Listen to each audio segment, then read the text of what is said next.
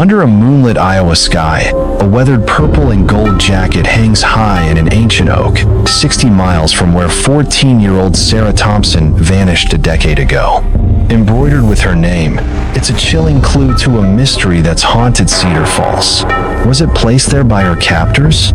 A taunting message from a shadowy trafficking ring marked by an eerie owl symbol? As her mother, Janet, races to unravel the truth, a sinister note warns, "We're still watching." Stay with us. This gripping tale of survival and secrets will leave you breathless until the end. The sun beat down on Millbrook, Iowa, a sleepy farm town of 3,000 souls, baking the cracked asphalt of Highway 218 at a sticky 85 degrees Fahrenheit. It was the 15th of June, 2024, and the air hung heavy with the smell of diesel fuel and cut grass. At the edge of Pete's Travel Plaza, a bustling truck stop where long-haul drivers grabbed coffee and families stretched their legs, a massive oak tree loomed. Its gnarled branches, stretching 40 feet wide, cast an eerie shadow over the county maintenance lot. The tree, 30 feet tall, looked like it had stood there forever, its scarred bark whispering secrets no one dared to hear. Danny Martinez, a 28-year-old tree trimmer with a faded Iowa Hawkeyes cap, wiped sweat from his brow as he maneuvered the hydraulic lift toward the oak's upper branches. His boss, Tom Bradley, a grizzled 30-year veteran of the Iowa DOT, barked orders from below. "Hurry it up, Martinez. We got 3 more trees before lunch." The crew was clearing storm, damaged limbs after a brutal spring tornado season, and the work was grueling. Danny, perched 25 feet up, scanned the tangled canopy for broken branches. That's when he saw a flash of purple and gold fabric, caught high in the tree like a ghost. "What the hell?" Danny muttered, squinting. He edged the lift closer, the machine groaning. The fabric was a jacket, weathered but intact, swaying faintly in the humid breeze. As he reached for it, a sudden gust swept through, chilling his skin despite the heat. His fingers brushed the sleeve, and he froze. Embroidered on the front, in faded white thread, was S. Thompson, number 14. His stomach dropped. "No way," he whispered. He'd seen that name before on missing person flyers plastered at gas stations and diners across Iowa. Sarah Thompson, the 14-year-old girl who vanished from Cedar Falls 10 years ago. Danny's eyes darted to the branch. Carved into the wood, nearly hidden by moss, was a small, crude owl, its eyes wide and unblinking. A shiver ran down his spine. "Screw this," he said, yanking the jacket free. He called down to Tom, his voice shaky. "Boss, you gotta see this. It's that girl's jacket, the missing one, Sarah." Tom climbed up, his weathered face hardening as he read the name. "Jesus, Danny. You sure?" He turned the jacket over, revealing the number 14 on the back, faded but unmistakable. "This is bad. Real bad." The owl carving stared back, its jagged lines taunting them. Tom grabbed his radio. "We're calling the cops, now." 60 miles away, in Cedar Falls, Janet Thompson sat at her kitchen table, staring at her phone. It was 7:23 a.m., and the 48-year-old insurance adjuster was already on her 3rd cup of coffee. Her hazel eyes, bloodshot from years of sleepless nights, scanned social media for any mention of her daughter, Sarah. It was a ritual she'd followed every morning since the 7th of October, 2014, the day her world shattered. Sarah, her bright, soccer-loving 14-year-old, had vanished on her 3-block walk home from Lincoln Middle School. No trace, no clues, just a void that swallowed Janet's life. The kitchen was quiet, the only sound the tick of a wall clock. Sarah's room upstairs remained untouched, a time capsule of a 14-year-old's life. An unmade bed, a dog-eared copy of The Fault in Our Stars, a notebook filled with doodles and dreams of California. Janet clung to these relics, refusing to believe her daughter was gone. Her husband, Robert, had wanted closure, but their fights over Sarah's fate had torn them apart, ending in a bitter divorce in 2018. Their son, Michael, now 22, carried his own guilt, haunted by the fact he hadn't picked Sarah up that day. The phone rang, snapping Janet out of her thoughts. It was Detective Maria Rodriguez, her voice calm but edged with urgency. "Mrs. Thompson, we found something. Sarah's jacket. It's in Millbrook, 60 miles southeast." A tree crew pulled it from an oak near a truck stop. Janet's coffee mug slipped from her hands, shattering on the linoleum floor. "What?" she whispered, her heart pounding. "Her jacket? How? Where?" "It was high up, maybe 25 feet, Maria said. "Weathered, but the name's clears. Thompson, number 14. We're sending it for DNA analysis. Can you come to the station?" Janet was already grabbing her keys. "I'm on my way." Her mind raced as she sped toward the Cedar Falls police station, a 10-minute drive that felt like eternity. Millbrook? 60 miles away? Sarah's jacket, the one she'd worn every day, purple and gold with her soccer number, had been missing for a decade. How did it end up in a tree? And why now? At the station, Maria, a no-nonsense detective in her 40s, laid out the details. The jacket was found at Pete's Travel Plaza, a trucker hub on Highway 218. The oak stood on public land, a stone's throw from the plaza's neon-lit diner and fuel pumps. The tree crew had been clearing debris when Danny spotted the jacket, along with a creepy owl carving. "It's weird, Janet," Maria said, sliding a photo across the desk. "That owlet's not random. We're checking if it's tied to anything." Janet stared at the photo, her fingers trembling. The jacket was faded, torn in places, but unmistakably Sarah's. The owl carving sent a chill through her. "What does it mean?" she asked, her voice barely audible. "We don't know yet," Maria admitted. "But the jacket's at the state lab in Des Moines. If there's DNA Sarah's or anyone else's, we'll find it. I need you to stay strong, okay?" Janet nodded, but her mind was elsewhere. She thought back to that crisp October day in 2014, replaying it like a movie she couldn't pause. Sarah had eaten breakfast cereal with too much sugar, grumbling about a math test. "Mom, I'm gonna fail," she'd said, rolling her eyes. Janet had laughed, kissed her forehead, and sent her off to school with her best friend, Emma Rodriguez, Maria's daughter. The girls, inseparable since kindergarten, had walked the 3 blocks to Lincoln Middle School, laughing and sharing earbuds. Sarah stayed late for soccer practice, working on corner kicks with Coach Martinez.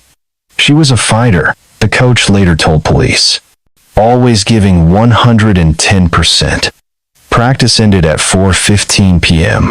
Sarah changed out of her cleats, grabbed her backpack, and left through the school's main entrance at 4:22 p.m., captured on grainy security footage. Her purple and gold jacket stood out as she waved to friends piling into their parents' cars. Mrs. Patterson, an elderly neighbor, 2 blocks away, saw her at 4:30 p.m., pausing to pet her golden retriever through the fence. "She looked happy," Mrs. Patterson said. "Just a normal kid." Then, nothing. Sarah vanished, as if the earth had swallowed her whole. No witnesses, no screams, no trace. The Cedar Falls community, a tight-knit town of 8,000 where everyone knew everyone, was gutted. Search parties scoured cornfields and forests. K-9 units sniffed every alley, and helicopters buzzed overhead. An Amber Alert went out within hours, but every lead, every reported sighting in Chicago, Minneapolis, or Kansas City fizzled out. Janet had never stopped searching, even when the world told her to move on. Back in the present, Janet drove to Millbrook, her old Toyota rattling along Highway 218. This 60-mile trip took her through endless fields of corn and soybeans, the kind of empty stretches where secrets could hide forever. Pete's Travel Plaza came into view, its neon sign flickering, open 24/7. She parked near the oak, its twisted branches looming like skeletal arms. A police tape cordoned off the area, but Janet ducked under it, her sneakers crunching on gravel. She stood beneath the tree, staring up at the spot where the jacket had hung. "Sarah," she whispered, tears stinging her eyes. "Where are you?" The wind rustled the leaves, and for a moment, she swore she heard a faint whisper of voice, or just her imagination. Her phone buzzed, breaking the spell. It was an email from someone named Alex Harper. Subject line, "Sarah Thompson case." "Mrs. Thompson. It read, I'm a journalist tracking missing persons cases. I found something on the dark web, a post mentioning number 14 and an owl symbol. It's connected to Sarah. Can we meet? I think I can help. Janet's pulse raced. The dark web? An owl symbol? She forwarded the email to Maria, her hands shaking. Who was this Alex guy, and what did he know? Before she could process it, Tom Bradley, the tree crew boss, approached, his face grim. Mrs. Thompson? We found something else when we bagged the jacket. He held out a plastic evidence bag. Inside was a small, crumpled piece of paper, its edges frayed. Scrawled in faded ink were numbers. 40.7128 minus 95.0245. Coordinates, Tom said. We didn't touch it. Cops are on their way. Janet stared at the paper, her breath catching. Coordinates? To where? Her mind spun with questions. Was this a clue to Sarah's fate? Had someone placed the jacket in the tree deliberately, like a twisted message? And that owl carving, what did it mean? The plaza buzzed behind her, truckers laughing, a jukebox blaring Johnny Cash. But under the oak, the world felt silent, heavy with secrets. She clutched the evidence bag, her knuckles white. Sarah, I'm coming for you, she said, her voice fierce. The wind picked up, rattling the branches, and somewhere in the distance, a truck's horn wailed like a warning. Janet didn't know it yet, but those coordinates would lead her into a nightmare far darker than she could imagine, a web of lies, predators, and a truth that would shatter everything she thought she knew. The Cedar Falls police station smelled of burnt coffee and old paper, a cramped brick building on Main Street where Janet Thompson had spent countless hours over the past decade.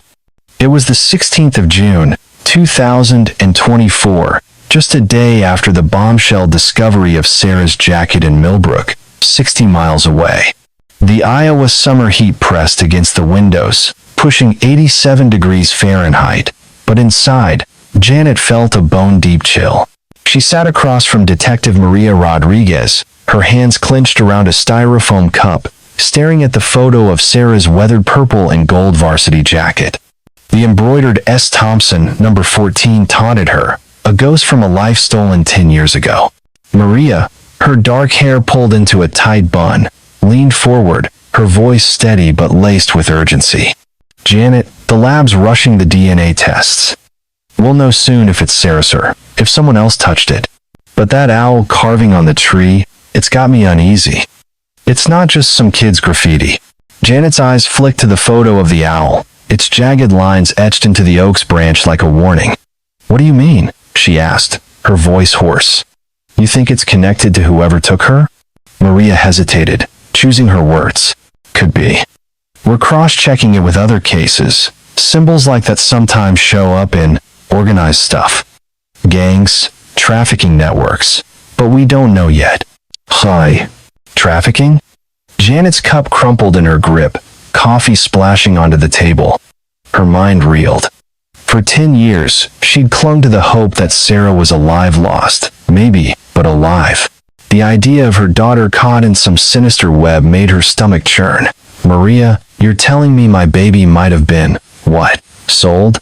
For a decade? Maria reached across, her hand firm on Janet's. We're not there yet. But that jacket showing up now, 60 miles from here, in a damn tree? It's not random. We're digging into it, I swear. Janet nodded, but her thoughts were spiraling back to the 7th of October, 2014, the day Sarah vanished. It was a crisp fall afternoon, 55 degrees Fahrenheit, the kind of day where kids wore hoodies and leaves crunched underfoot. Sarah, 14, had bounded out of their two-story home on Maple Street, her brown ponytail swinging, earbuds blasting the Lumineers.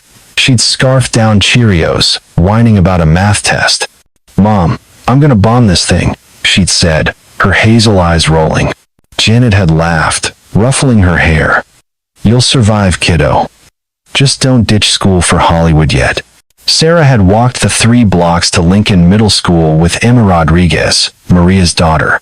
The girls, best friends since kindergarten, shared everything, secrets, dreams, and a beat-up pair of earbuds.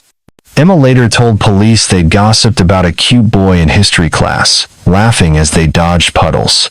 At school, Sarah aced her classes, then stayed late for soccer practice, drilling corner kicks until 4:15 p.m. Coach Martinez called her a firecracker, always pushing harder than anyone else. Security cameras caught Sarah leaving the school at 4:22 p.m., her purple and gold jacket bright against the gray pavement. She waved to friends climbing into minivans, her backpack slung over one shoulder. Mrs. Ellen Patterson, a 78-year-old widow 2 blocks away, saw her at 4:30 p.m., pausing to pet her golden retriever, Max, through the picket fence. She was smiling, same as always. Mrs. Patterson told investigators, her voice trembling, "I never thought, how could I?" After that, Sarah was gone. No trace, no scream, no clue. It was as if Maple Street had swallowed her whole. Janet remembered the panic setting in when Sarah didn't come home by 5:30 p.m. She called Emma, then the school, then 911, her voice cracking as she begged, "My daughter's missing. Please, find her." The Cedar Falls PD sprang into action, issuing an Amber Alert within hours. Search parties combed cornfields, forests, and the Cedar River, while helicopters buzzed overhead and K-9 units sniffed every ditch. Volunteers, neighbors, teachers, even strangers turned out in droves, their faces grim under the fading October light. The first 48 hours were chaos. Detectives, led by a near-retired James Sullivan, knocked on every door in a 5-mile radius. They grilled registered sex offenders, all cleared. Sarah's phone, left in her backpack at school, offered no leads. Her laptop and social media showed nothing unusual, just chats with Emma about music and soccer. Tips poured in 3,000 in the first year, each one a false hope. A sighting in Chicago, a girl in Minneapolis, a backpack in Kansas City. Janet and Robert hired private investigators, draining their savings, but every trail went cold. Cedar Falls, a town of 8,000 where folks left their doors unlocked, was never the same. Sarah's face smiling, freckled, with that crooked grin stared from posters in every shop window. The local diner, Mabel's, kept a flyer taped by the cash register, faded but never removed. The Sarah Thompson Memorial Fund raised $200,000 for missing kids, and annual vigils packed the town square, candles flickering under Iowa stars. But as years passed, whispers grew. "She's gone," some said. "Maybe she ran away." Others, crueler, muttered, "What if the family knows something?" Janet heard it all, and it gutted her. She transformed from a quiet mom into a relentless advocate, printing flyers, hounding cops, and scouring the internet for leads. Her marriage to Robert crumbled under the strain. He wanted to grieve, to move on. "Janet, we can't keep living like this," he'd shouted in 2017, his voice raw. "Sarah's not coming back." Janet had slapped him, tears streaming. "Don't you dare say that. She's my baby." They divorced a year later, Robert moving to Des Moines, starting over. Janet stayed, keeping Sarah's room frozen in Timmy an unmade bed, a notebook with California or bust scrawled in the margins. Michael, their son, was 12 when Sarah vanished. Now 22, a college grad with a job in Iowa City, he carried a quiet guilt. "I should have walked her home that day," he told his buddy Nate over beers at a dive bar. "I was playing Xbox, man. What kind of brother does that?" Michael had grown up in Sarah's shadow, graduating high school, going to prom, while her face stayed 14 forever on those posters. He visited Janet every weekend, helping with vigils, but each one felt like a funeral. Back at the station, Janet's phone buzzed with a new email from Alex Harper, the journalist who'd contacted her yesterday. "Mrs. Thompson," it read, "I've been tracking Sarah's case for years. That owl symbol on the tree, it's not new.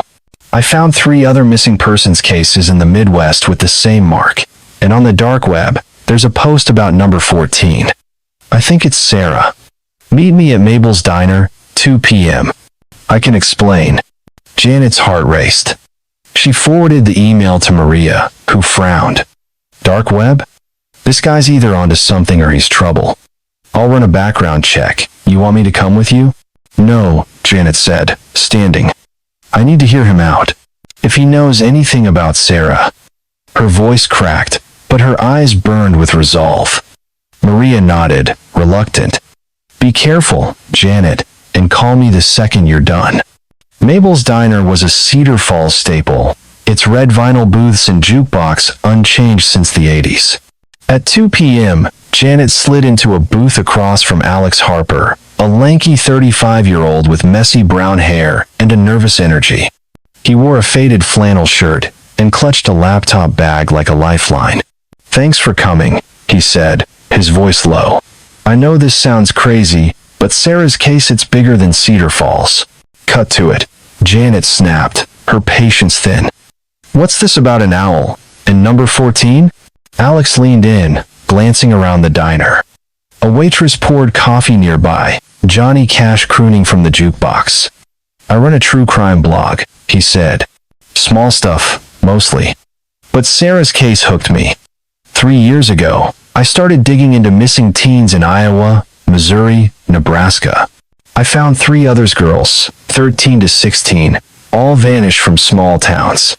Each case had an owl symbol, a carving, a tattoo, a drawing. Then, last month, I got a tip about the dark web. A forum, hidden deep. Someone posted about number 14, saying she was still active. There was a photo of that owl. Janet's breath caught. Active? You mean, Sarah's alive? I don't know, Alex admitted, his eyes darting. But the timing her jacket showing up now? It's no coincidence. I think she's caught in a trafficking ring. A big one. They use symbols like the owl to mark territory, like a signature. Trafficking? Janet's voice rose, drawing a glance from the waitress. She lowered it, trembling. You're saying my daughter's been, what, a prisoner? For 10 years? Alex nodded grimly. These networks are smart. They target small towns, places where cops don't have the resources. They use legit business trucking companies, Carnivalses, Fronts. Pete's Travel Plaza? It's a hub. I'd bet my life on it. Janet's mind spun. She thought of the coordinates in the evidence bag, 40.7128 minus 95.0245. She hadn't told Alex about them, but now she wondered if they were a lead. Why are you telling me this? She asked. Why not go to the cops? Alex's jaw tightened. I tried. 3 years ago, I sent a tip to the FBI about another case. They ignored it. A month later, the girl was found dead. I can't let that happen again. His voice broke, and Janet saw guilt in his eyes, raw and real. She leaned back, studying him. He was either a crackpot or the key to finding Sarah. Okay, she said finally. But if you're lying, I'll make you regret it. I'm not, Alex said, sliding a USB drive across the table. This has everything. I've got case files, screenshots, maps. Look it over. But we need to move fast. If they know the jacket's been found, they'll cover their tracks. Janet pocketed the drive, her heart pounding. She left the diner, the Iowa sun blinding, as she stepped onto Main Street. Cedar Falls buzzed around her kids on bikes, a pickup truck blasting country music, but it felt like a lie. This town, her home, had betrayed her. Sarah had vanished in broad daylight, and now, 10 years later, the truth was clawing its way out. At home, Janet's sister, Ellen, was waiting in the kitchen, her arms crossed. Ellen, 52, was a realtor with a sharp tongue and sharper opinions. You're chasing ghosts again, she said, her voice dripping with frustration. Janet, it's been 10 years. Sarah's gone. You're killing yourself over this. Don't, Janet snapped, slamming her keys on the counter. They found her jacket, Ellen, 60 miles away, in a damn tree. She's out there, and I'm not stopping. Ellen sighed, softening but not backing down. I get it, you're her mom. But look at you barely sleeping, living on coffee and hope. What if she ran away? Kids do that, you know. Janet's eyes blazed. Ran away? Sarah was 14. She loved soccer, her friends, this family. She didn't run. Someone took her. Her voice cracked, and Ellen reached out, but Janet pulled away. I'm her mother, Ellen. I feel her. She's still alive. Ellen left, the door clicking shut, but her words lingered like poison. Janet sank into a chair, opening Sarah's notebook. A doodle of a palm tree caught her eye, with California or bust in Sarah's loopy handwriting. Tears fell as Janet traced the words, whispering, I'm coming, baby. That night, Michael stopped by, his work boots muddy from a construction job. At 22, he was broad-shouldered, his face shadowed by guilt. Mom, you okay? He asked, setting a pizza box on the table. Heard about the jacket. It's real, right? Janet nodded, her throat tight. It's hers, Mike, and there's more. This guy, Alex, thinks she's caught in some trafficking ring. He's got proof other cases, some owl symbol. Michael's jaw clenched. Trafficking? Jesus, Mom, that's heavy. You trust this Alex dude? I don't know, Janet admitted. But he's the first person in years with something solid, and those coordinates, they're a lead. I can't ignore it. Michael ran a hand through his hair, his voice low. I should have walked her home that day. I was playing Call of Duty, screwing around. If I'd been there. Stop, Janet said, grabbing his hand. You were 12. This isn't on you, it's on whoever took her. Michael nodded, but the pain in his eyes didn't fade. They ate pizza in silence, the weight of 10 years pressing down. Later, Janet plugged Alex's USB into her laptop, scrolling through files missing girls, owl symbols, grainy dark web screenshots. One post chilled her. Number 14 still active. Owl watches. Her blood ran cold. Was Sarah number 14? The next morning, Janet called Alex. I'm in, she said. Those coordinates, 40.7128 minus 95.0245. You know where they point? Yeah, Alex said, his voice tense. A warehouse in Nebraska, near the Missouri border. Abandoned, but it's got a bad rep. Locals say it's haunted. I say it's a trafficking hub. Let's go, Janet said, her voice steel. Tomorrow. They met at dawn, driving 120 miles to Nebraska in Alex's beat-up Ford Focus. The warehouse loomed in a field of dead grass, its rusted walls sagging under a gray sky. At 50 degrees Fahrenheit, the air felt raw, heavy with the smell of decay. The building was 200 feet long, windows boarded, padlocks dangling from steel doors. Janet's heart pounded as they slipped inside, flashlights cutting through the gloom. The air was thick, reeking of mold and something metallic blood.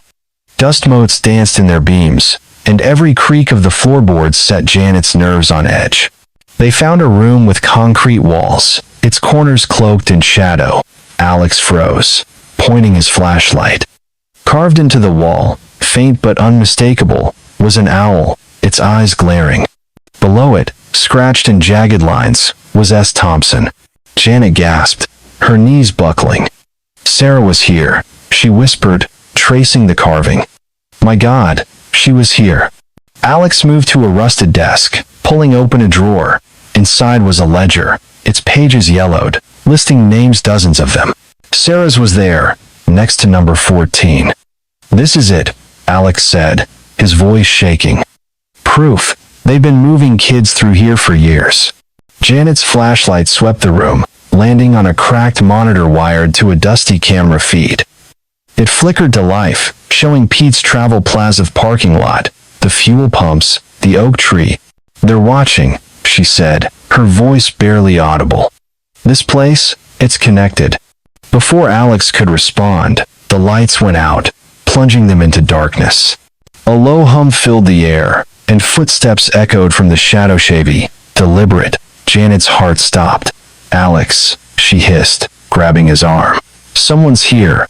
He fumbled for his phone, but a voice cut through the dark, cold and mocking. You shouldn't have come. The footsteps grew louder, closer, and Janet screamed as a figure lunged from the blackness. The Nebraska warehouse was a tomb of shadows, its air thick with the stench of rust and rot. Janet Thompson's scream echoed off the concrete walls, swallowed by the suffocating darkness. The footstep Shivi, deliberate, closed in, and her flashlight beam caught a glint of metal in the stranger's hand. Alex Harper yanked her arm, his voice a harsh whisper. "Run, Janet, now." They stumbled through the maze of crates and rusted machinery, hearts pounding, as the figure pursued, their boots thudding like a predator's heartbeat. It was the 17th of June, 2024, just after dusk, the temperature dropping to a raw 48 degrees Fahrenheit. Moonlight filtered through the warehouse's broken windows, casting eerie slivers of light across the floor. Janet's sneakers skidded on damp concrete as she and Alex ducked behind a stack of moldy pallets, their breaths ragged. The ledger they'd found listing Sarah's name alongside dozens of others, marked with that chilling owl symbol, was clutched tight in Alex's hand. The monitor they'd seen, flickering with live footage of Pete's Travel Plaza 120 miles away, proved this place was no abandoned ruin. It was a nerve center for something sinister. The footsteps stopped, and a low chuckle slithered through the dark. "You're in over your heads," the voice said, male, rough, laced with menace. "Drop the book and walk away. Last chance." Janet's blood ran cold. She peeked through a gap in the pallets, glimpsing a burly man in a black jacket, his face obscured by a baseball cap. A knife gleamed in his grip, its blade catching the moonlight. Alex, crouched beside her, whispered, "He's one of them. Gotta be. That ledger, it's their playbook." His eyes, wide with fear but sharp with resolve, darted to a rusted fire exit 30 feet away. "We make a break for it. On 3. Janet nodded, her pulse hammering. She thought of Sarah, her daughter's name carved into the wall with that owl. 10 years of agony, and now they were inches from answers her death. 1, Alex mouthed. 2, 3. They bolted, the ledger tucked under Alex's arm.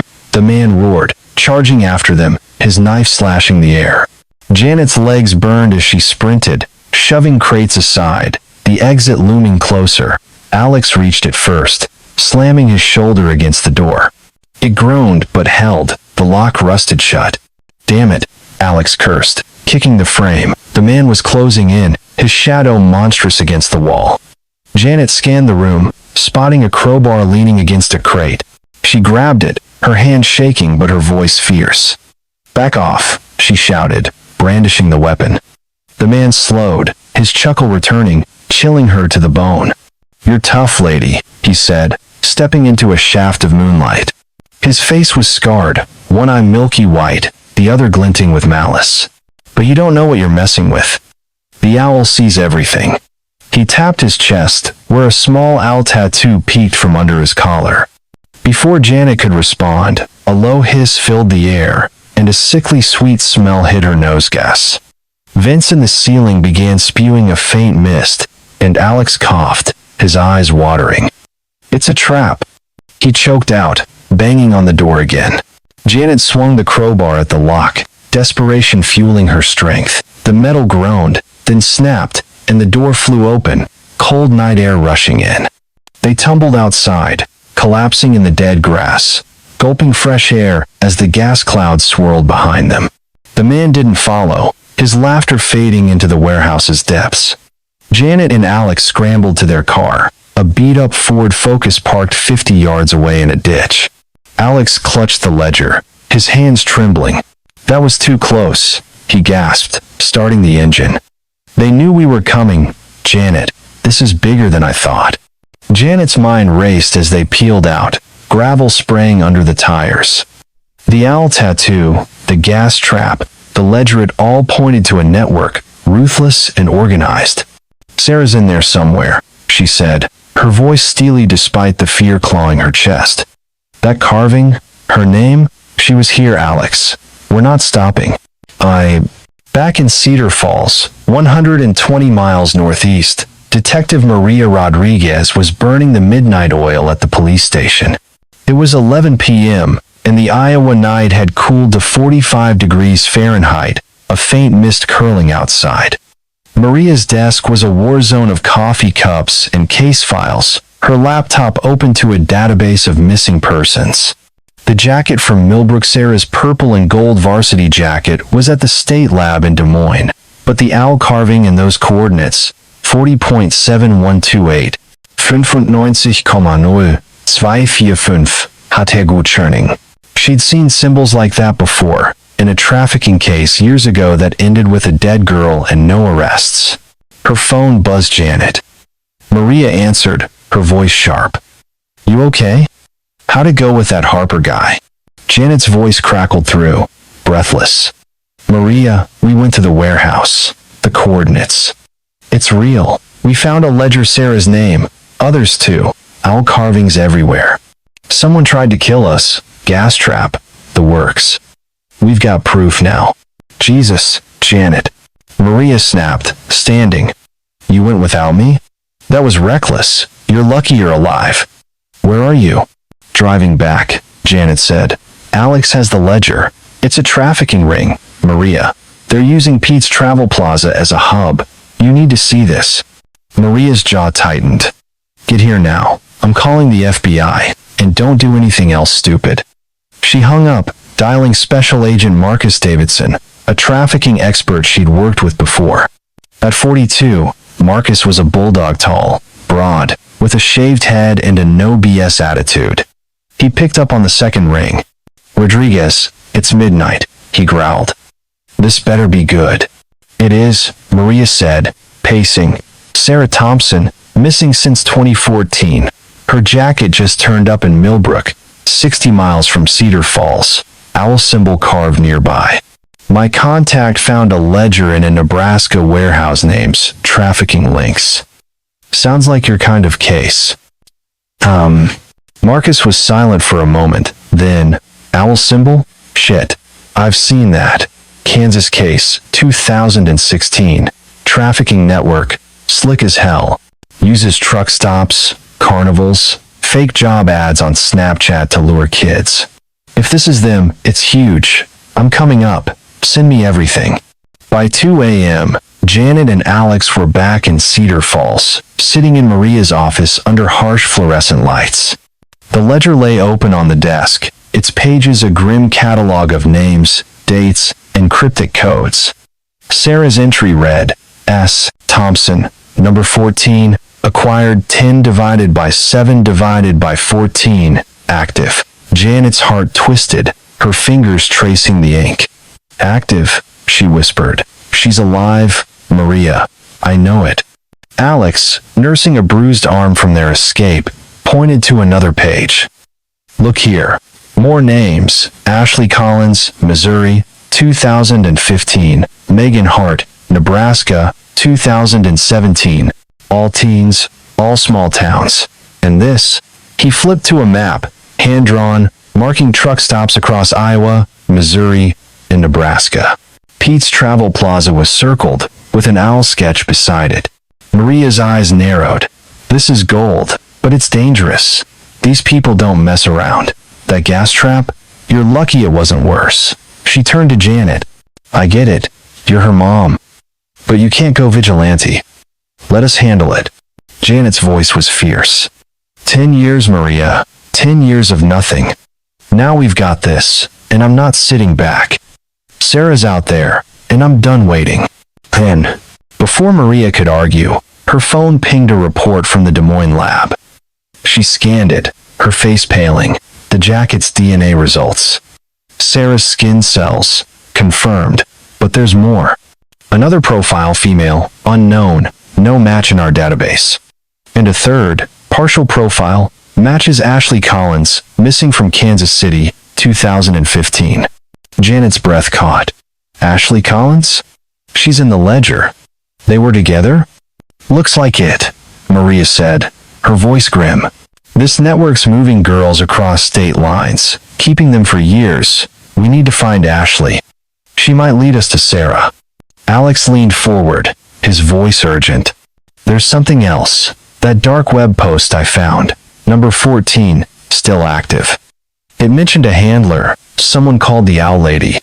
I think she's running the show at Pete's. Maria scribbled the name, her mind racing. The Owl Lady. If she's real, she's our target. Marcus is on his way. He'll bring the FBI's trafficking unit. We're going big on this. Janet barely heard her, her thoughts consumed by Sarah. She pictured her .14 reels, laughing, kicking a soccer ball now 24, trapped in a nightmare. The owl symbol, the ledger, the warehouse, it was all connected, a twisted puzzle with Sarah at its heart. But who was the owl lady, and why was Sarah number 14? The next day, the 18th of June, Janet drove to Pete's Travel Plaza, unable to stay away. The 60-mile trip was a blur of cornfields and dread, the Iowa sun climbing to 82 degrees Fahrenheit. The plaza bus truckers fueling up, families grabbing burgers, a jukebox blaring Garth Brooks. But under the oak tree, now roped off by police tape, the air felt heavy, oppressive. Janet stood beneath it, staring up at the branch where Sarah's jacket had hung for God knows how long. The owl carving was gone, scraped away by cops, but its image burned in her mind. A woman approached, mid-40s, with sleek black hair and a smile that didn't reach her eyes. She wore a diner apron, her name tag reading Clara. "You're Sarah's mom, aren't you?" she said, her voice smooth as silk. "I saw you on the news. I'm so sorry. Finding that jacket. It must be hell." Janet stiffened, something about Clara's tone setting her nerves on edge. "Yeah," she said, guarded. "It's been tough." "You work here?" 10 years, Clara said, her eyes flicking to the oak. "This place is family. We all felt awful about Sarah. You think she's still out there?" Janet's gut screamed danger, but she kept her voice even. "I know she is." Clara's smile tightened, and for a split second, Janet swore she saw a flash of something, anger, fear, in the woman's eyes. Before Janet could press, Clara's walkie-talkie crackled. "Clara, fuel pumps jammed again," a voice said. She excused herself, vanishing into the diner. Janet's heart pounded. Was Clara just a waitress, or something more? The owl lady? Back in Cedar Falls, Janet met Alex at Mabel's diner, the ledger hidden in her purse. Over greasy fries and cokes, Alex shared new findings. "I hacked into an old forum linked to that dark web post," he said, his voice low. "The owl lady's been active since 2010. She recruits girls' fake job ads, catfishing on social media. I found a chat from 2014, someone saying number 14 was a tough grab, but worth it. It's gotta be Sarah." Janet's blood ran cold. "Catfishing? You think this owl lady tricked Sarah online?" "Exactly," Alex said. "Sarah was 14, active on Instagram, right? A fake friend, a job offer, easy bait, and Pete's is the perfect hub. Trucks come and go, no one asks questions." Janet's mind flashed to Sarah's laptop, checked by cops in 2014. They'd found nothing odd, but what if they'd missed something? A fake friend, luring her daughter into a trap. She gripped the table, her voice fierce. "We need to find this woman, Alex. If she's at Pete's, we're going back." Alex hesitated, his face pale. "Janet, after that warehouse? They're watching us. We need the FBI." "No," Janet snapped. "They've had 10 years to fail Sarah. I'm done waiting." Her eyes burned with a mother's fury, unyielding, unstoppable. That night, Marcus Davidson arrived in Cedar Falls, his FBI team setting up at the police station. At 6 feet, 200 pounds, Marcus was a force, his presence calming the chaos. He studied the ledger, his jaw tight. "This is military grade," he said. "Cell structure, coded names, front businesses. I've seen it before. Midwest trafficking ring, untouchable for years. That owl, their brand. We're calling this Operation Broken Chain." Janet, sitting in on the briefing, spoke up. "What about the owl lady? Alex says she's running things at Pete's." Marcus nodded, his eyes sharp. "We're looking into it. Pete's is a known waypoint. Trucks move kids through there like cargo. If she's real, we'll find her. But, Mrs. Thompson, you need to stay out of it. These people killed to protect their operation." Janet didn't argue, but her silence was defiance. She thought of Clara, that too smooth smile, and her gut screamed. It's her.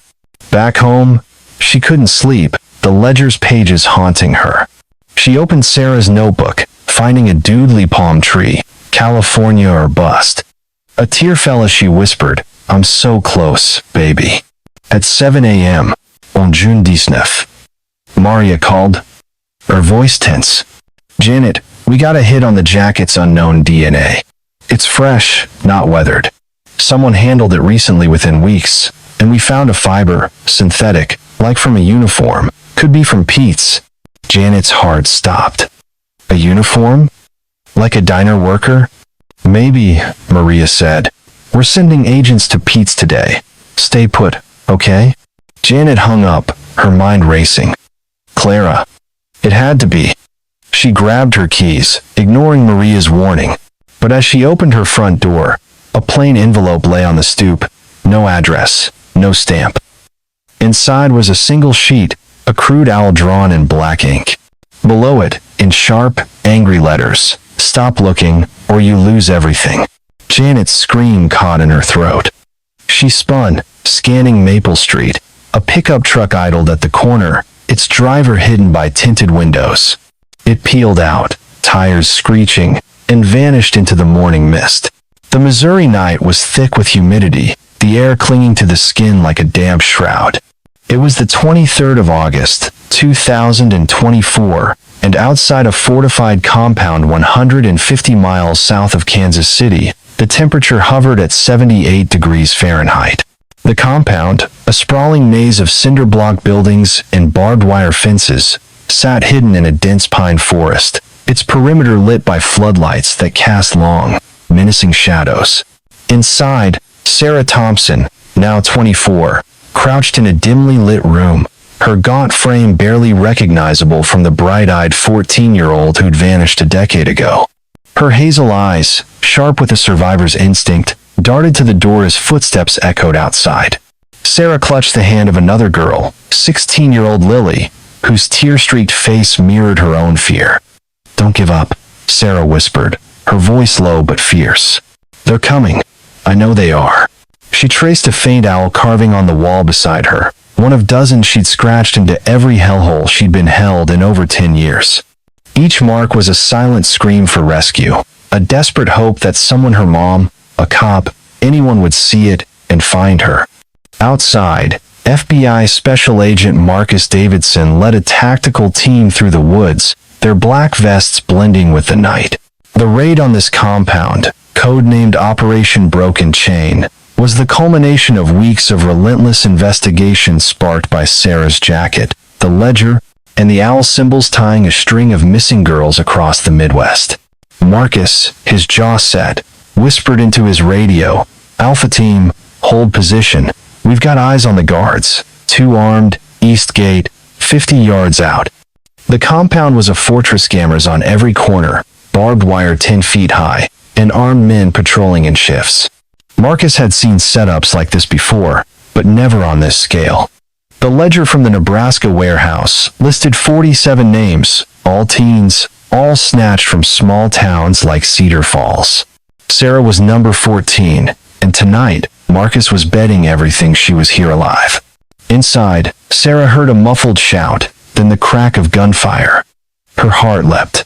"Lily, stay low," she hissed, pulling the girl behind a crate.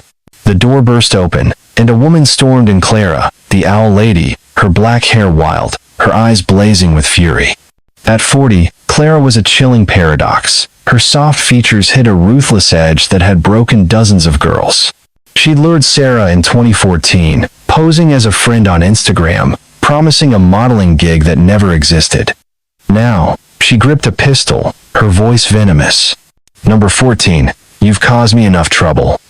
Move, or I paint this room with you." And Sarah stood, her legs trembling but her gaze defiant. "You took my life," she said, her voice steady despite the fear clawing her chest. "But I'm still here, Clara. You didn't break me."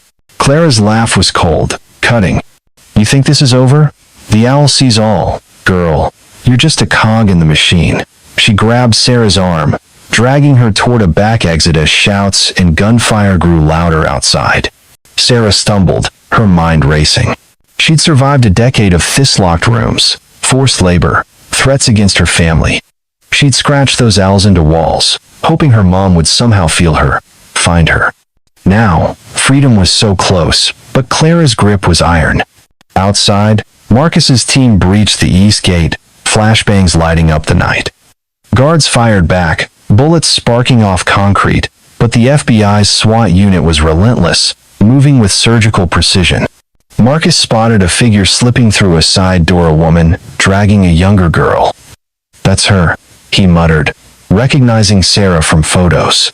"Alpha, target at 3 o'clock. Female suspect. Armed. Move in."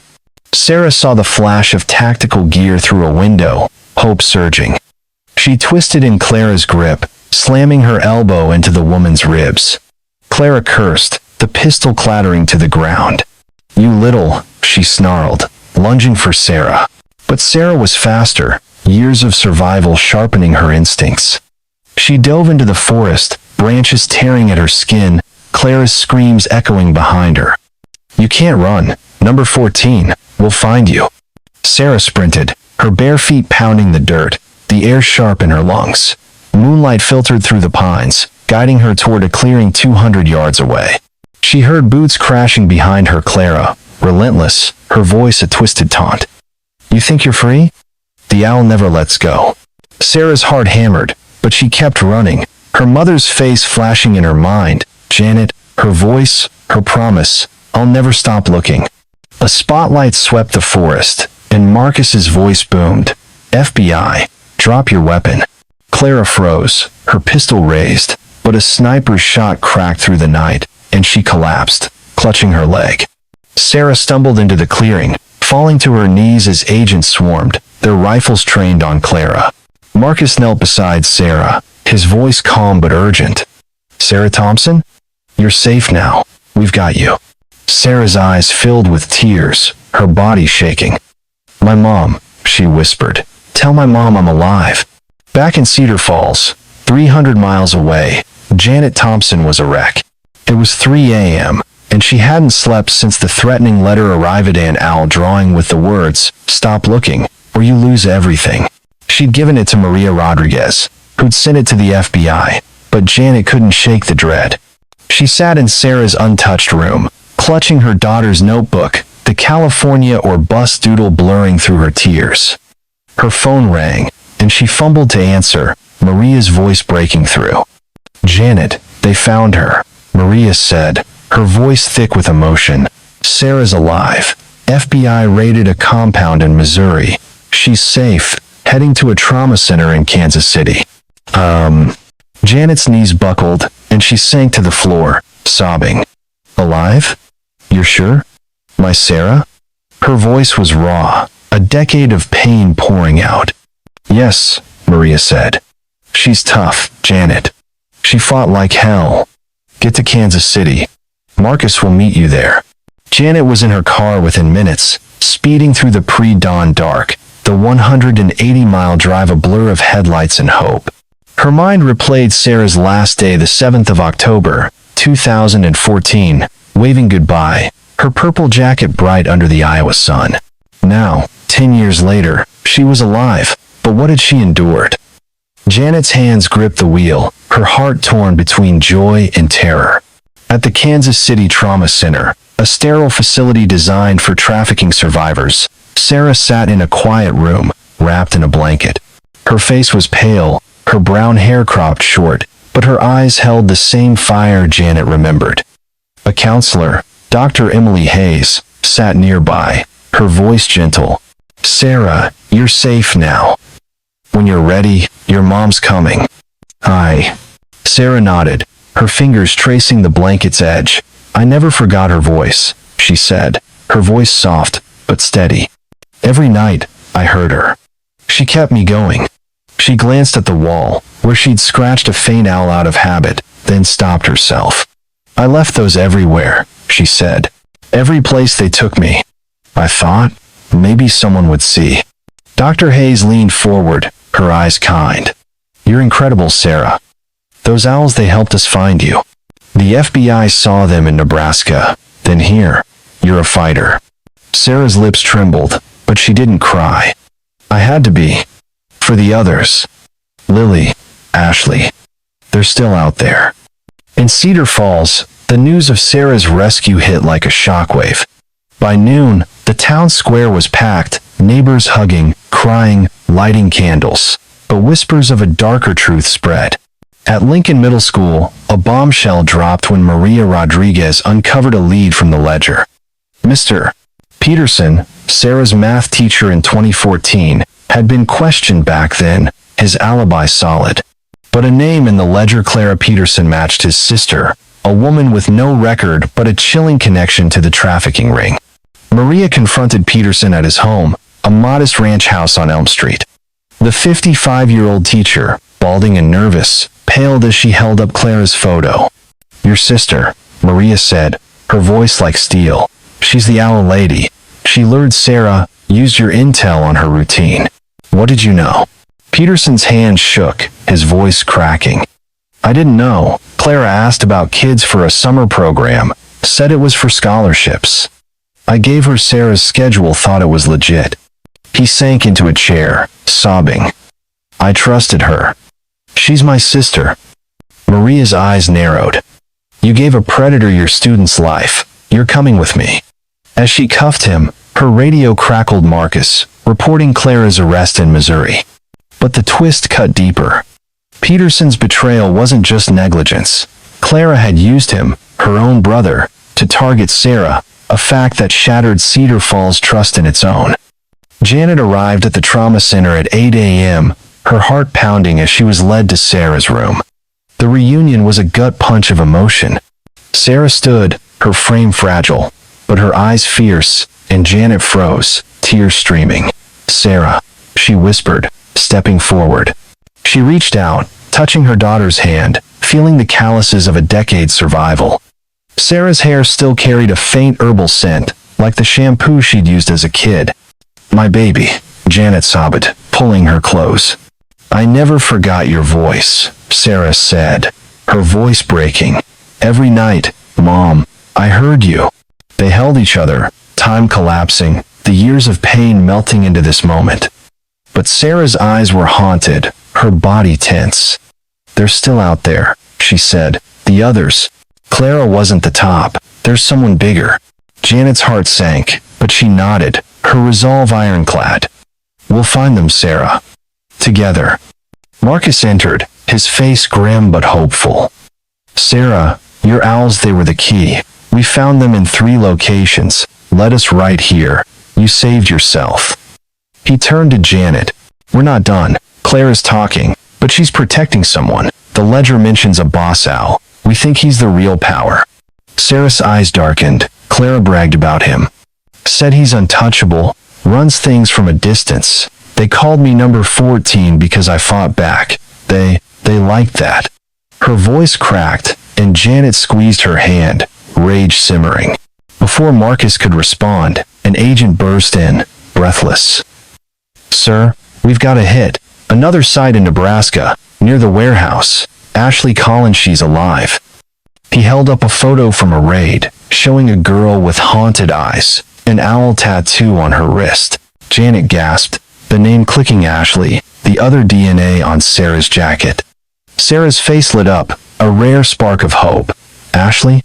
She was with me 2 years ago. She's okay?" "She's safe," Marcus said. "But we're moving fast. If Boss Owl knows we've got Clara, he'll vanish." Janet looked at Sarah, her daughter's strength anchoring her. "We're not letting him," she said, her voice fierce. Sarah nodded, their bond unbreakable, forged in a decade of pain and defiance. As they prepared to leave for Nebraska, the trauma center's quiet was shattered by a distant alarm. Marcus's radio crackled, an agent's voice urgent. "Sir, we've got a problem. Clara's gone. Escaped custody during transport. She's in the wind." Sarah's hand tightened on Janet's, her eyes wide with fear. "She'll come for me," she whispered. She always said the owl never lets go. Outside, the Missouri sky darkened, storm clouds rolling in, thunder rumbling like a warning. Clara was out there, and with her, the shadow of the boss owl loomed larger than ever. The Nebraska sky was a bruise of gray clouds, heavy with the threat of rain, as Special Agent Marcus Davidson's SUV tore down a dirt road 50 miles west of Omaha. It was the 10th of September, 2024, and the late summer heat clung to the air at 80 degrees Fahrenheit, thick with the scent of dust and decaying cornstalks. Inside the vehicle, Janet Thompson gripped the armrest, her knuckles white, her eyes fixed on the horizon where a derelict farm loomed, a sprawling complex of sagging barns and rusted silos, surrounded by a 10-foot chain-link fence topped with barbed wire. Sarah, now 24, sat beside her, her face pale but her jaw set, a survivor's fire burning in her hazel eyes. Marcus's radio crackled, an agent's voice cutting through. Target site in view, 500 yards. Thermal shows 15 heat signatures, 12 potential victims, 3 hostiles. Armed. Marcus, his shaved head, glistening with sweat, glanced at Janet and Sarah in the rearview mirror. You two stay in the car. This is our fight now. No way, Sarah said, her voice sharp despite its tremor. I've been through their hell for 10 years. I'm seeing this through. Her hand brushed the faint scars on her wrist, where she'd once scratched an owl symbol into a wall of silent plea that had led the FBI here, to this final stand against the trafficking network that stole her childhood. Janet squeezed her daughter's hand, her voice fierce. We're not sitting this out, Marcus. They took her from me. I'm in. Her heart pounded, fueled by a decade of sleepless nights and relentless hope. The letter she'd received 3 weeks ago, an owl drawing with the words, "Stop looking, or you lose everything," still haunted her. But Sarah's rescue had ignited a fire no threat could extinguish. Marcus sighed, knowing better than to argue with a mother and daughter forged in trauma. Fine, he said, his tone gruff. But you stay behind the tactical team. No heroics. He radioed his team, Alpha, Bravo, prepare for breach. Priority is victim extraction. Clara's loose, expect resistance. And the farm was the latest target in Operation Broken Chain, a sprawling FBI effort that had already rescued 23 victims, including Ashley Collins, whose DNA was found on Sarah's jacket. The ledger from the Nebraska warehouse, combined with Sarah's owl carvings, had mapped a network spanning Iowa, Missouri, Nebraska, and Kansas. Truck stops like Pete's Travel Plaza, 200 miles east, served as waypoints, with front businesses trucking companies, traveling carnivals masking the movement of kids like cargo. But Clara's escape from custody 2 weeks ago had raised the stakes, and the ledger hinted at a shadow above her, the boss owl, a mastermind still in the dark. As the SUV parked 100 yards from the farm, Marcus's team fanned out, their black vests blending with the dusk. The barns loomed, their peeling red paint like dried blood under the fading light. Sarah pointed to a silo, her voice low. That's where they kept us sometimes. Underground, beneath the grain. No one hears you scream down there. Janet's stomach churned, picturing her daughter in that suffocating dark. You're safe now, she said, her voice trembling but firm. We're ending this. The breach was swift. Flashbangs lit up the night, their booms echoing across the fields. Agents stormed the main barn, gunfire cracking as 2 guards fired back, their shots wild. Marcus led the charge, his Glock steady, shouting, FBI, drop your weapons. 1 guard fell, wounded. The other fled into the maze of buildings. Inside, agents found 12 girls, ages 16 to 28, huddled in a concrete basement, their faces gaunt but alive. Ashley Collins, 25, her eyes hollow but defiant, recognized Sarah and ran to her, sobbing. You got out, Ashley whispered. You brought them here. Her. Sarah hugged her, tears falling. I told you I'd never forget you. She turned to Marcus, her voice urgent. Clara's here. I feel it. She's not done. Marcus nodded, his face grim. We've got intel. She's holed up in the main house, 50 yards west. Stay with the victim, Sarah. We'll handle her. But Sarah shook her head, her voice steel. I'm facing her. She took 10 years of my life. I'm taking her down. Janet, standing beside her, nodded, her eyes blazing. We're with you. Against Marcus's protests, They followed the team to the farmhouse, a rotting two-story structure with boarded windows and a sagging porch. The air inside was stale, reeking of mildew and fear, the temperature dropping to 65 degrees Fahrenheit as night settled in. Agents swept the rooms, their flashlights cutting through the gloom. Upstairs, a locked door barred the way, and Marcus signaled for a breacher.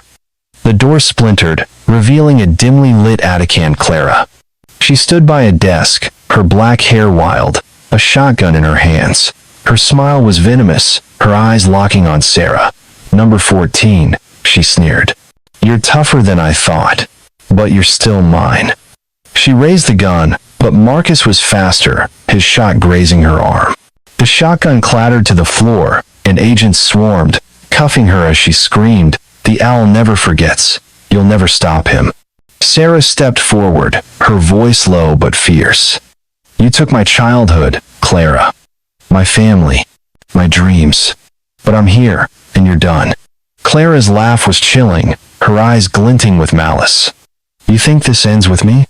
The boss owlies everywhere. You'll see."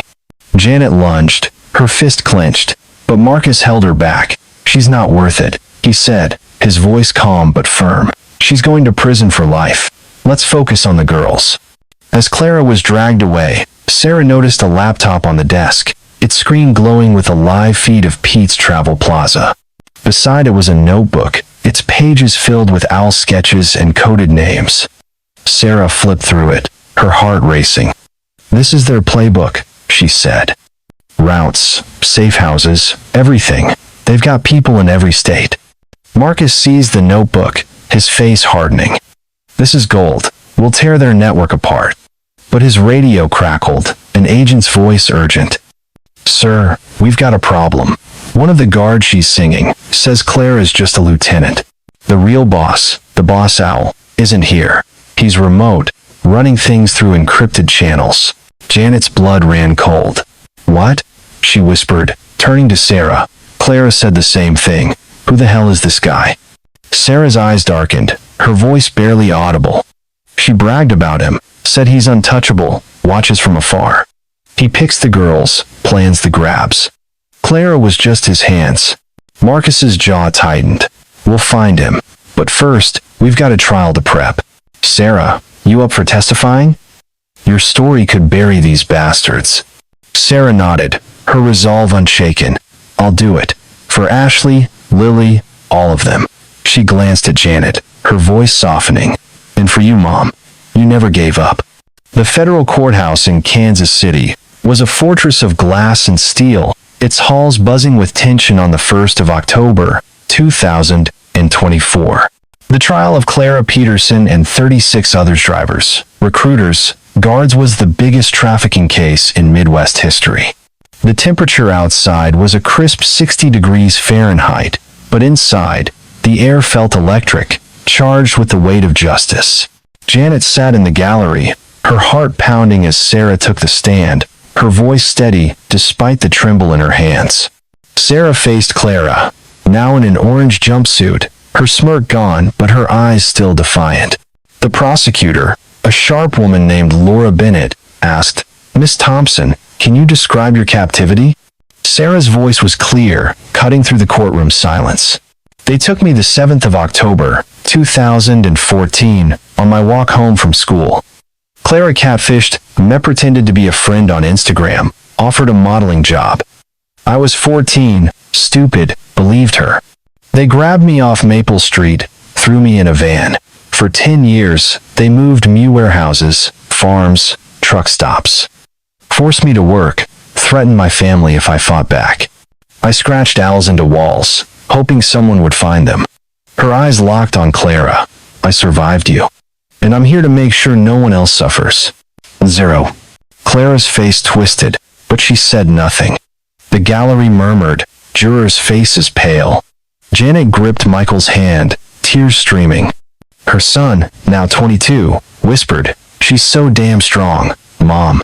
Laura held up the ledger, its pages projected on a screen. "This lists 47 victims, including you, Miss Thompson. Can you confirm Clara's role?" "She ran the show," Sarah said, "called herself the Owl Lady.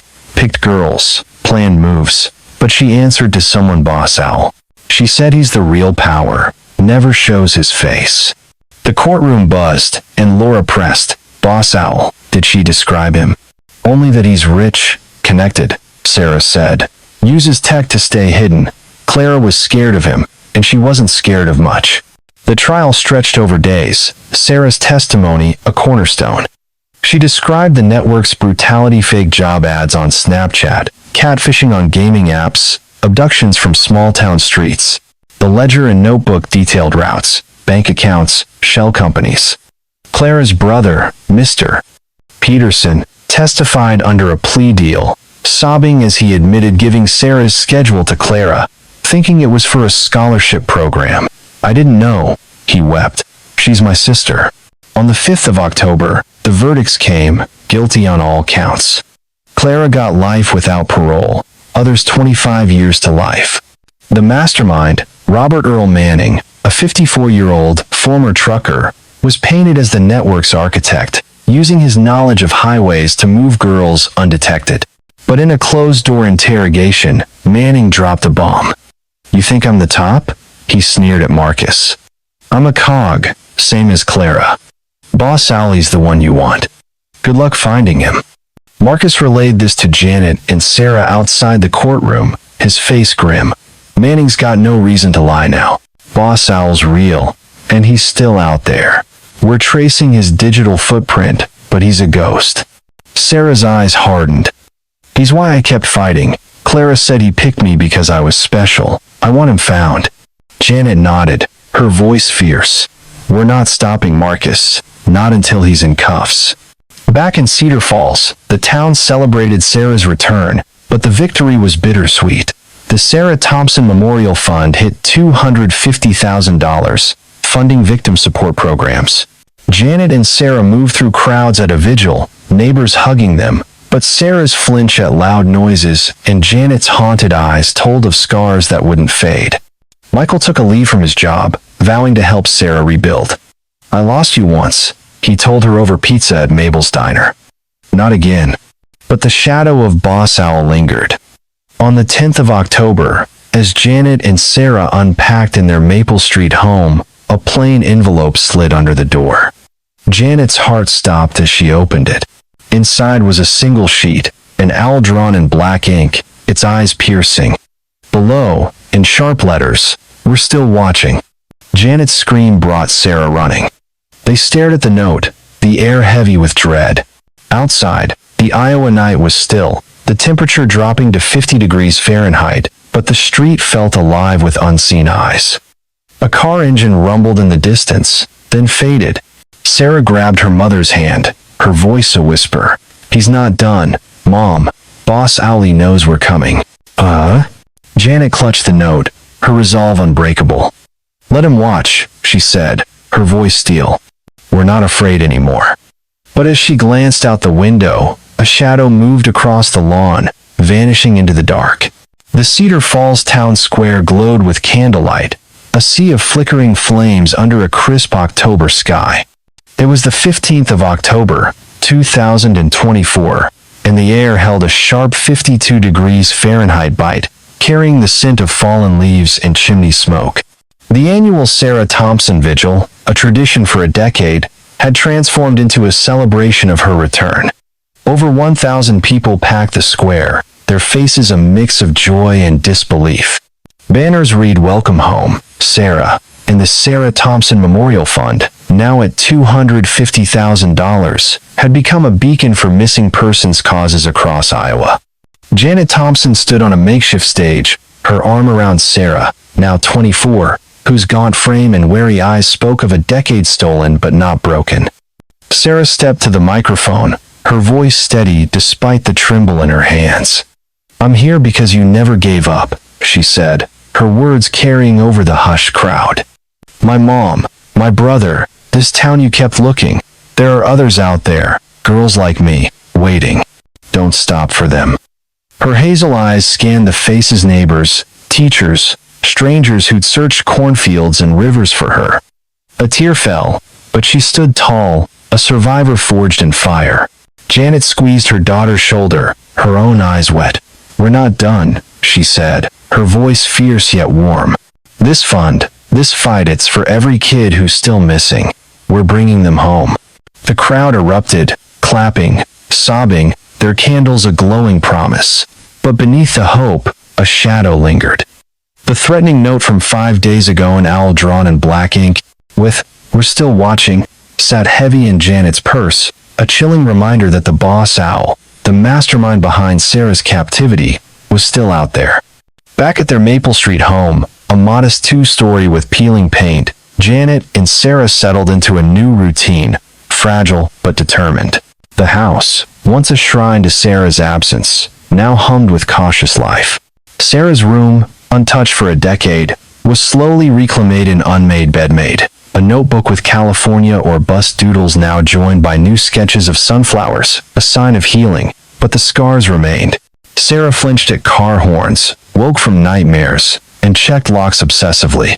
Janet, too, carried the weight, her sleepless nights now fueled by fear of the unseen threat.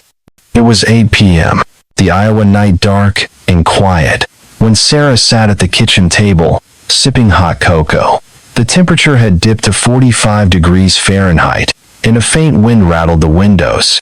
Janet watched her, marveling at her daughter's strength but aching for the carefree 14-year-old she'd lost. "How you holding up, kiddo?" she asked, her voice soft. Sarah's fingers traced the mug's rim, her voice low. "I don't know, Mom. Sometimes I feel like me again, laughing with Mike, smelling your cooking. But then, I hear Clara's voice, or I see that owl in my head, and I'm back in those rooms." She looked up, her eyes haunted. "I'm scared he's still out there, the boss owl. He picked me, Mom. Clara said I was special." Janet's heart twisted, rage simmering. "He won't touch you again," she said, her voice steel. "We've got the FBI, Maria, the whole town. You're safe now." But the words felt hollow, the notes warning echoing in her mind. Michael, now 22, walked in, his work boots thudding on the linoleum. He'd taken a leave from his construction job in Iowa City to be with Sarah, his broad shoulders tense with unspoken guilt. "Hey, sis," he said, tossing a pizza box on the table. "Pepperoni, your favorite. Or, well, it was when you were 14. He grinned, but his eyes were heavy. Sarah managed a small smile. "Still is. Thanks, Mike." She hesitated, then added, "I'm sorry you had to grow up with all this, me being gone." Or, Michael's face fell, and he sat beside her, his voice raw. "Don't you dare apologize. I should have walked you home that day. I was playing Xbox, screwing around. If I'd been there." His voice cracked, and he looked away, fists clenched. Sarah grabbed his hand, her grip fierce. "Stop it, Mike. You were a kid. This is on them, Clara, Manning, that boss owl bastard. Not you." Her voice was fire, and Michael nodded, wiping his eyes. Janet watched them, her heart swelling and breaking. "We're together now," she said. "That's what matters. And we're not letting those monsters win." She pulled out her phone, texting Detective Maria Rodriguez. "Any leads on the note?" She typed, her fingers trembling. Maria replied instantly. "FBI's tracing it. No prints, but the ink matches one used in Manning's records. Boss Owl's still a ghost, but we're closing in. Stay vigilant. Vigilance defines Cedar Falls now." Maria, who'd inherited Sarah's case from her mentor, had made it her mission, her dark eyes burning with purpose. She'd pushed for new protocols, better coordination between Iowa, Missouri, and Nebraska police, training to spot trafficking red flags. At a town hall the next day, the 16th of October, she stood before 200 residents, her voice commanding. "Sarah's home because we didn't stop," she said. "But this fight's not over. Trafficking networks like this, they hide in plain sight. Truck stops, job ads, social media. We're starting workshops, teaching parents and kids to spot the signs. This town's stronger than any owl." The crowd cheered, but whispers lingered. Some still blamed Janet, muttering she'd obsessed too much. Others questioned Mr. Peterson, the math teacher who'd unknowingly fed Clara Sarah's schedule. His tearful confession at trial had fractured the town's trust, and his house on Elm Street now sat empty, for sale sign swaying in the wind. Sarah, meanwhile, enrolled in a GED program for trafficking survivors, determined to reclaim her education. At a community center class, she sat with a notebook, sketching sunflowers between math problems. Her teacher, Miss Carter, a kind-eyed woman in her 50s, smiled. "You're a natural, Sarah. Ever think about college?" Sarah's eyes lit up, then dimmed. "Maybe. But it's hard to think that far. I keep waiting for something bad." She didn't say Boss Owl, but the fear was there, a shadow in her gaze. Miss Carter nodded, her voice gentle. "You've been through hell, but you're here, and that's a victory. One step at a time, okay?" Sarah nodded, clutching her pencil. One step at a time, but the steps felt like walking a tightrope, with the owl's eyes always watching. Janet threw herself into advocacy, speaking at schools, churches, even a regional news station. On the 20th of October, she stood before a crowd at a Des Moines rally, her voice raw but powerful. "My daughter was gone for 10 years, she said, holding up Sarah's old soccer photo. "I never stopped looking, and neither should you. These predators, they use our trust, our phones, our kids' dreams. But we're stronger. We'll find them, and we'll bring them home." The crowd roared, and Janet felt a flicker of hope, but the note's words, "We're still watching," gnawed at her. Back home, she and Sarah attended therapy together, guided by Dr. Emily Hayes, the counselor from Kansas City. In a quiet office, Emily asked Sarah, "What do you want now, after everything?" Sarah hesitated, her fingers twisting the hem of her sweater. "I want to feel normal," she said. "To walk down the street without looking over my shoulder. To be Sarah again, not number 14. Her voice broke, and Janet reached for her hand, tears falling. "You're already Sarah," Janet said, her voice fierce.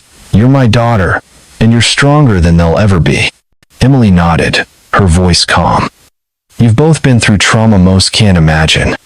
Sarah, your resilience, it's extraordinary. Janet, your hope kept her alive. Build on that, together." They did, slowly. Sarah joined a soccer clinic, her old passion flickering as she kicked a ball across a field. Michael cheered her on, his grin wide. "You've still got it, sis," he shouted, and for a moment, Sarah laughed, the sound pure and free. But the shadow of Boss Owl lingered. On the 25th of October, Janet drove the 60 miles to Millbrook, drawn back to the oak tree where Sarah's jacket was found. The temperature was a chilly 48 degrees Fahrenheit, the sky heavy with clouds. Pete's Travel Plaza buzzed nearby truckers grabbing coffee, a jukebox blaring Luke Combs, but the oak stood silent, its gnarled branches like skeletal fingers. The police tape was gone, replaced by a small memorial, flowers, candles, a photo of Sarah at 14, smiling in her varsity jacket. Janet knelt, placing a bouquet of sunflowers, Sarah's new favorite, at the base. "You led me to her," she whispered to the tree, her voice thick. "Thank you." But as she stood, a boy, maybe 10, ran up, his bike wobbling on the gravel. "Lady, you seen the new carving?" he asked, pointing up. Janet's heart stopped. She followed his gaze, climbing a ladder left by maintenance workers. High in the branches, 20 feet up, was a fresh owl carving, its eyes sharp and mocking, etched in the past week. Her breath caught, dread flooding her.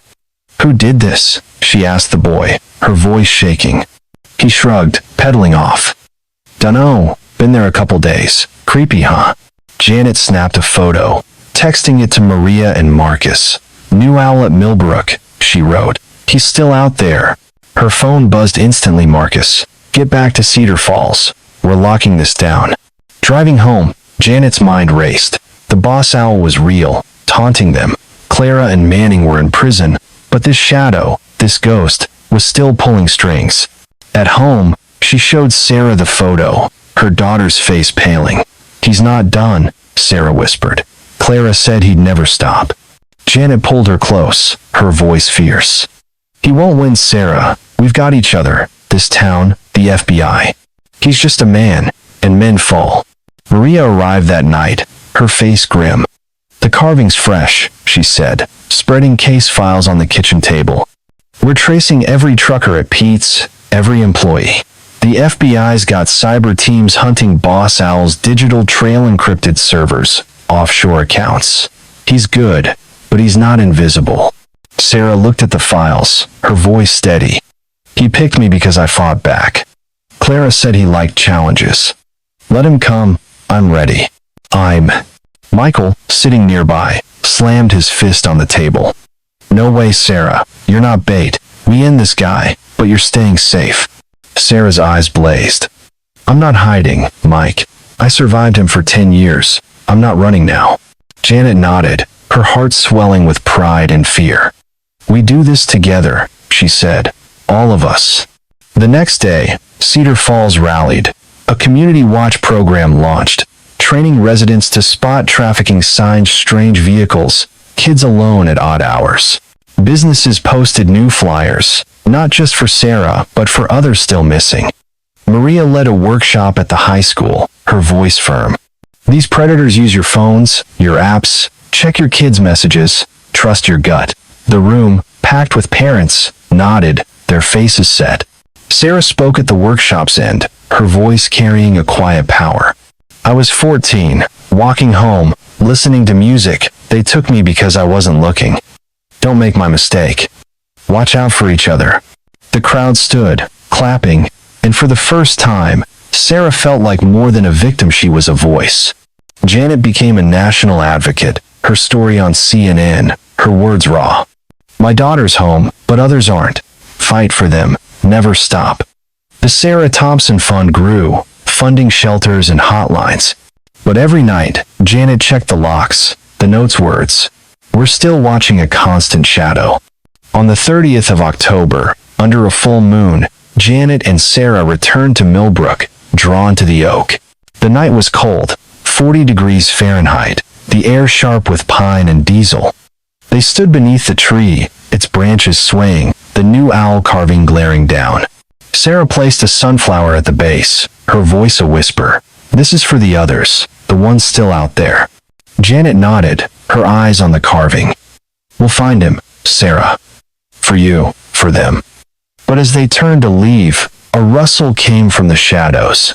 A figure tall, cloaked in dark clothing, watched from 50 yards away, then vanished into the night. Sarah grabbed Janet's arm, her voice trembling. "He's here, Mom. I feel him." Janet's heart raced, but she stood tall, her voice fierce. "Let him come. We're ready." The oak loomed above, its branches whispering secrets, a silent witness to a fight far from over. Under the moonlight, the owl's eyes seemed to glow, a chilling promise that the boss owl was watching and waiting.